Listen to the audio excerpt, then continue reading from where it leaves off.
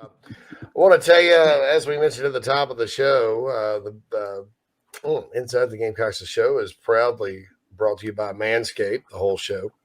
The best in men's below the waist grooming. Manscaped offers precision engineered tools for your family jewels. Manscaped recently launched the Ultimate Men's Hygiene Bundle. Phil and I both got it, the Performance Package. So join over 5 million men worldwide who trust Manscaped with this exclusive offer for you.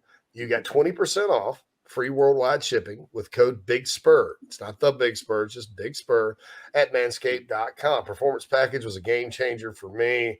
You get the lawnmower trimmer, the weed whacker, ear and nose hair trimmer, the crop preserver deodorant for below your waist, the crop reviver toner, performance boxer briefs, and a travel bag to hold your goodies.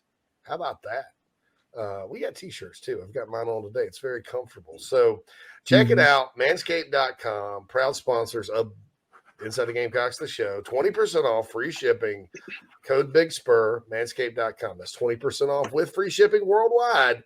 Code Big Spur. Unlock your confidence and always use the right tools for the job with Manscaped. Now, it's time to join Sawyer Nix for our weekly chat, The Mental Edge. Sawyer, how's it going today, Good man? morning.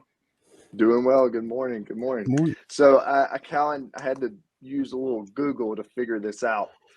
Saturday will be 247 days from the Duke's Mayo Bowl. So I had to figure that out, count out. That's how long it's been since we've watched our beloved Gamecocks play. So. Yeah, I remember that day too. It was a good day. I went up there. It was a noon kickoff. No, it was 11 a.m. kickoff Eastern. So it was 10 o'clock my time. Went up to the bar. They opened early for us. Went in there, had some steak and eggs, watched the game, and by the time it was 15-0, I was happy. The Gamecocks ended up winning the game, and it was certainly a big boost, I think, to the program.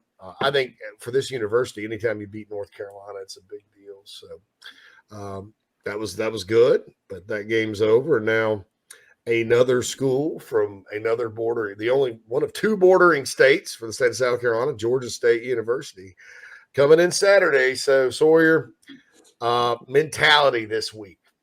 Talk to us about the mentality you have to take in to a game week.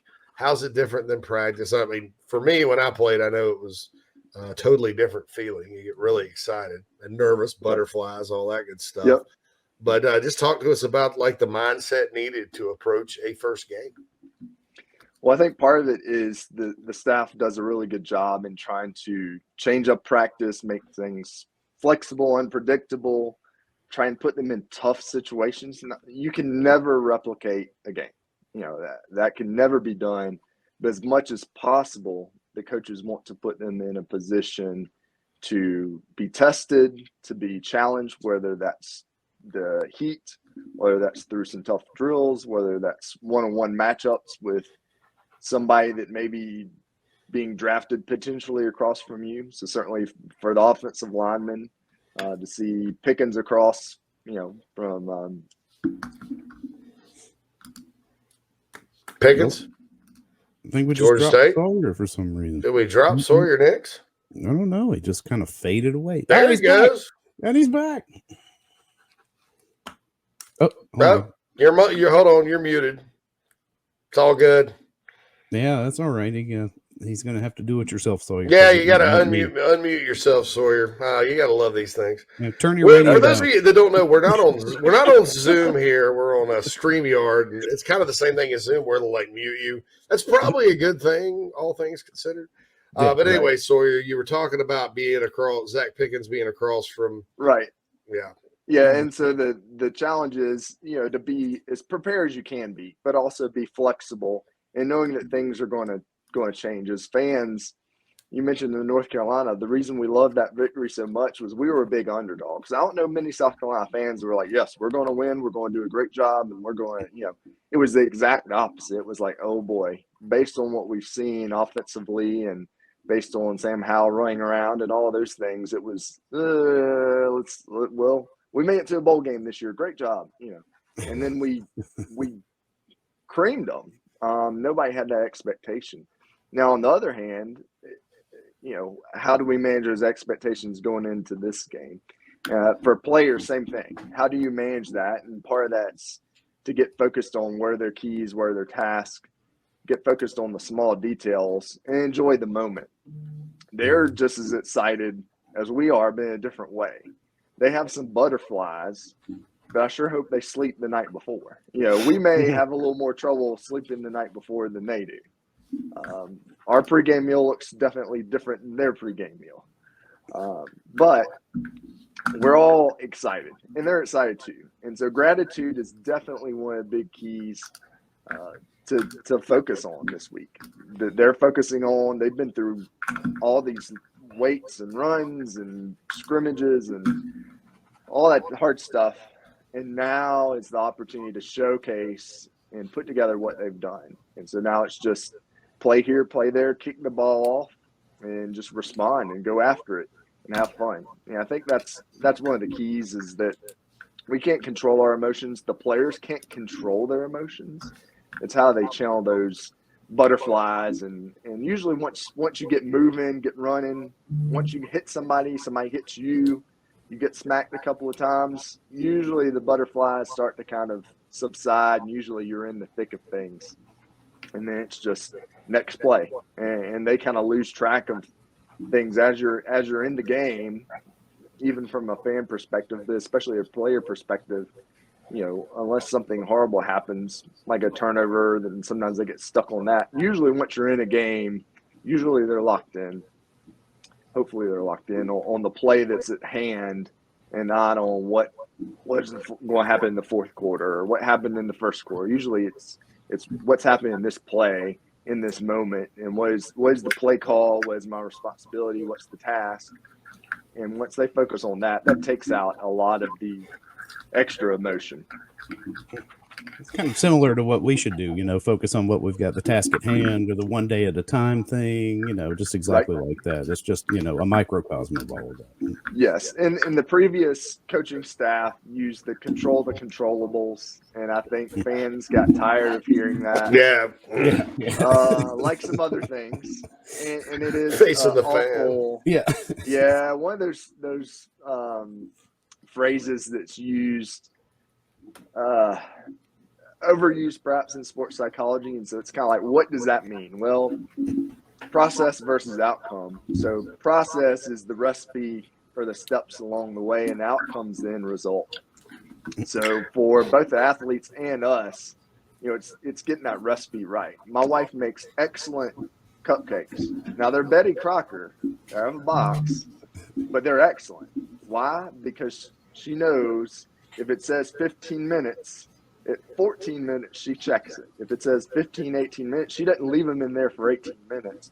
She's got her process of the right amount of oil, the eggs, and check it 14 minutes. That way they're not dry. They're excellent. Put good icing on it. Away we go.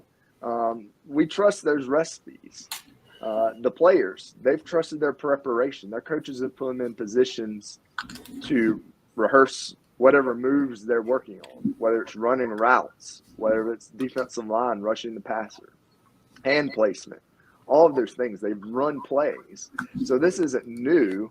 This is just putting those things into practice, putting that recipe into practice and trusting the recipe. And certainly there will be adjustments along the way. Okay, we need to tweak this a little more. Maybe I didn't cook the cupcakes long enough. Maybe I need a little more icing, or maybe instead of sprinkles, I'm going to use something else. I don't know. So you can tweak the recipe, but it's trusting that recipe that the coaches have set up. And so take any food example you want to and think about a recipe, and instead of maybe control the controllables, focus on the recipe and let the outcome fall where it may. I know I cooked some ribeyes on Saturday and used some Billy G's barbecue rub on it. And the fiance didn't want the barbecue rub, so I just used salt and pepper on hers. 2 different outcomes on those steaks, but my process was still the same. They're daggum good. And of course, for those that don't know, Nick Saban, I'm not saying he came up with this. It was a psychologist he worked with at Michigan State. The story goes they were underdogs at Ohio State. Ohio State's ranked number 1. he goes in and says, just focus on the next play and what you can do for the next play. Don't look at the scoreboard. Don't think about the previous play or the next play, just that current play. And they upset Ohio State, and he became a believer. The next thing you know, he won 10 games at Michigan State, hightailed it to LSU, and 3 years later won a national championship there, and the rest is history. So that's probably where Will Muschamp got the controllables from. Right. And all that good stuff. It's easier said than done, for sure. I mean, it's, again, any phrase we can grasp around is, oh, yeah, that's cool. I'll do that. And unfortunately, the recipe for the previous staff wasn't good. They kind of used that mantra and phrase, but okay, well, the recipe wasn't quite, what it needed to be. Thankfully, this staff, the recipe is a good recipe. So far, what I've seen, love, gratitude, I think those will be, again, if week one, those are kind of the things that pop up. Gratitude that we've gone 247 days without a game, that we can watch as fans, watch this game, enjoy it, have some fun. So that will be certainly something that we have, but I think they also have. And when they have a love for the game and have that gratitude, and they know they can focus on that recipe, they're going to be relaxed. They're going to be flying around. They're going to be fast. And then they're going to make the adjustments that they need to make. Certainly that may mean certain players get more playing time, get more touches. Certain players have balling games. Hopefully we see that from our defensive line, and love to see what Kaba does, and hopefully Green gets in there, and can't be more excited than what's going to happen. But in the meantime, I think it's just how do they put themselves in that position to be successful. Yeah, I think too, there's more than one way. Let me just back up. There's more than one recipe sometimes, right? Yes. And so what will work at a program like Alabama may not work at a program like South Carolina, especially when you're dealing with it like second, third hand, like a copy of a copy. I've seen this a lot of times, and hey, look, at a place like Georgia, yeah, I'd give it a good shot at working out. But, Georgia and Alabama are sort of wired the same way as a program. It didn't work at Florida. It didn't work at Tennessee when Derek Dooley and Jeremy Pruitt both tried to do it. It didn't work at South Carolina or Florida for Will Muschamp. And you look at the programs around college football that have made that move, right, that aren't your quote-unquote blue bloods. And there aren't many. Clemson's one of them. Out of respect for our audience, I won't mention that. I talk about it till I'm blue in the face on the offseason process-wise. But I don't think anybody would argue that Clemson structurally, as far as how their program, the core values of their program and what gets emphasized, now structurally as far as staff and stuff goes, maybe there's some similarities, is anything like Alabama or an Ohio State under Urban Meyer. There's a lot of different types of things Dabo emphasizes, and I'll quit talking about that now. Oregon had a 20-something year climb to play for a national championship over 4 different coaches, right? Well, what was that kind of their niche? Well, it was kind of the flashy uniforms, the exciting offense. Those of you that live in the Pacific Northwest, I can't believe I'm talking about Eugene and Corvallis, Oregon in the same episode, but it's kind of off the beaten path, but they get it done with the Ducks in their own unique way. Virginia Tech was a program that rose under Frank Beamer until they played for the national title in 1999, doing it their own specific way. And none of those places is anything like Alabama or Nick Saban's process. I think a rule of thumb, the process for life, focus on right now, is sort of universally applicable, and I think that's right. a key to success in anything. But the culture Beamer's trying to establish here has different core values and all that. Now, do I hope they just focus on the next play and keep going? Yeah, and I think it's part of just about anything. But it is different and unique, and I think South Carolina is set up better for success doing that than doing copy of a copy of a copy. And right. that's kind of I think it takes a certain amount of uniqueness to kind of break on through to the other side, so to speak, in college football these days. Well, and I think another key for them this week for the players is, how they respond also. Georgia State's not going to be easy. So for the players, if something doesn't go as well, we talked about this, in previous mental edge episodes is, how do you respond to those emotions? Do you kind of panic and get tense and, or do you, how they respond? So that'll be important, and that'll be a lesson that we see.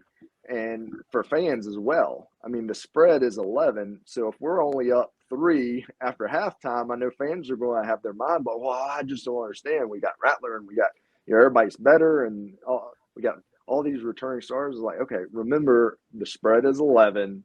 We're up by 3. Do we make some adjustments? Yes. Do we perhaps win the game by 14 and cover the spread and have a win? Yes. But don't panic if things maybe aren't up to what our expectations are and whatever they are. And sometimes we're like, I don't have any expectations. But I guarantee you, if we're only up 3, or if we're down 3 or down 7, whatever it is at halftime, fans will not be emotionally even keel. I guarantee it. So I think that's for the players, how they respond, and for us, how do we kind of handle that? How do we respond and make our adjustments to our days, whatever happens in our day? How do we respond to that and just go back to the recipe and the task that's hand? And certainly those core values allow them to do that. They set the stage for that to happen and putting them in a good place. I know that just in my life, the minute it's kind of called growing up, right? and I have friends like this that don't get it, right? And some of them are miserable, some of them aren't, some of them are.